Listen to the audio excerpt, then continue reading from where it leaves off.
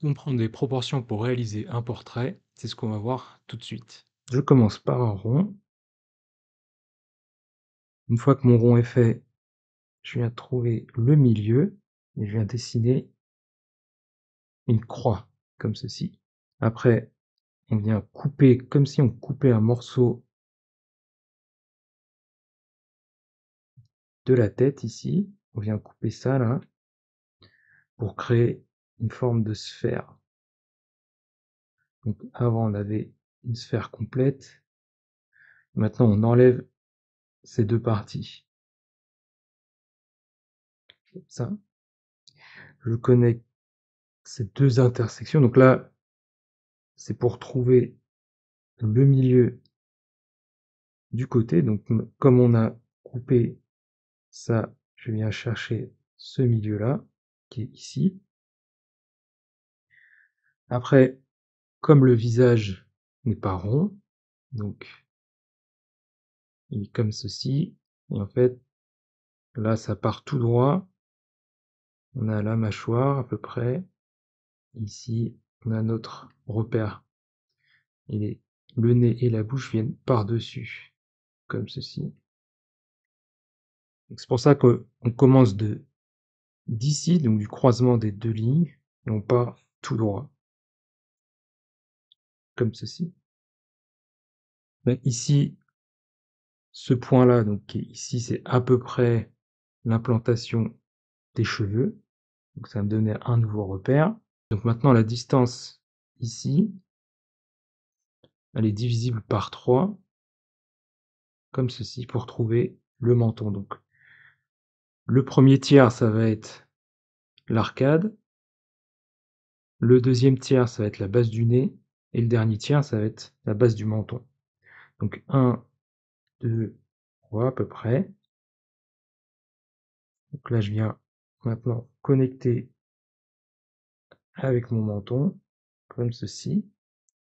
Et je viens connecter à ma mâchoire. Ici, la ligne qui représente donc les arcades sourcilières. Je viens finir mes oreilles. Donc la pointe des oreilles vient à ce niveau-là, comme ça.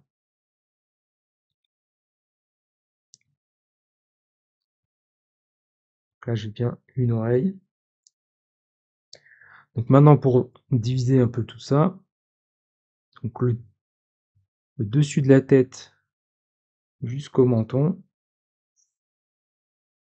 donc cette longueur-là, elle est divisible par 2, et ça va me donner la ligne des yeux. Maintenant, j'ai plus qu'à placer mes yeux, comme ceci. Après, je place mon nez, et je fais bien attention de le faire partir depuis cette ligne-là. Hop, comme ceci, connecté aux yeux. Et là, on commence à avoir un début de crâne. Donc là, je dessine comme un espèce de masque de voleur autour de mes yeux. Après, pour trouver la bouche, donc la bouche, elle est divisible par 3. Donc on a la base du nez comme ceci. Donc c'est notre c'est notre dernier tiers ici. Donc on peut le diviser par 3 aussi, avec la commissure qui arrive au premier tiers. Et après ici, on peut venir finir le menton comme ça. Donc 1, 2, 3. Donc là, je viens faire ma commissure.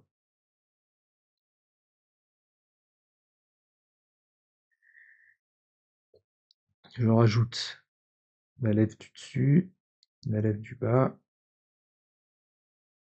Et voilà. Donc pareil pour le cou cette fois-ci, où comme vous pouvez le voir, il y a quand même un début. Donc au même titre qu'on a supprimé ici une partie, donc quand j'ai ma boule ici qui est coupée, il y a aussi une partie qui va partir, qui va être la base de mon cou. Donc, ce serait à peu près ici. Et donc, je peux venir tracer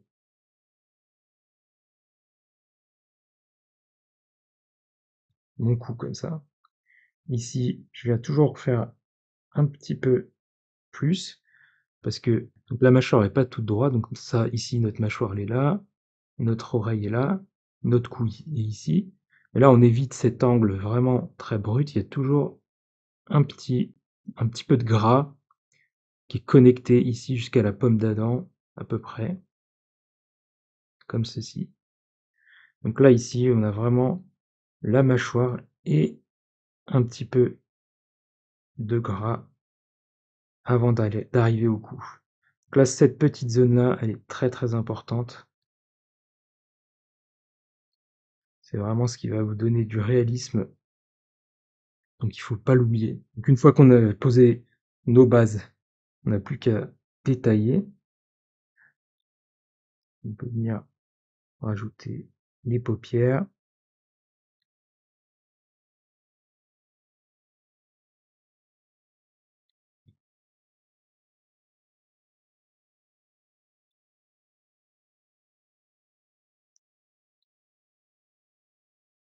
Là, je viens redéfinir un peu plus mon profil.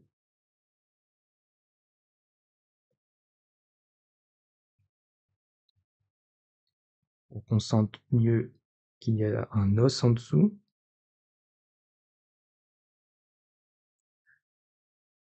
Je peux donner des petites indications de volume pour le menton. Donc ici, je vais pouvoir aussi créer un autre volume. On va partir du côté du menton en passant par la commissure de la lèvre pour finir à la connexion de l'oreille avec le crâne. À ce point-là, je commence à rajouter quelques détails, quelques ombrages, juste pour me donner une idée des volumes que je suis en train de faire. Donc je vais passer assez vite dessus. Pareil pour le crâne, je pense qu'il est un peu trop rond. Je vais venir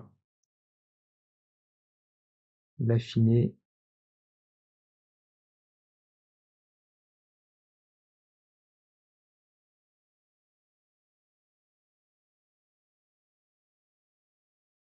Si on regarde une vue de profil, en fait, le crâne n'est pas vraiment rond, il est plutôt ovale comme ça. Là, vous avez le trou pour les yeux. Ça fait plutôt quelque chose comme ça. Espèce d'œuf.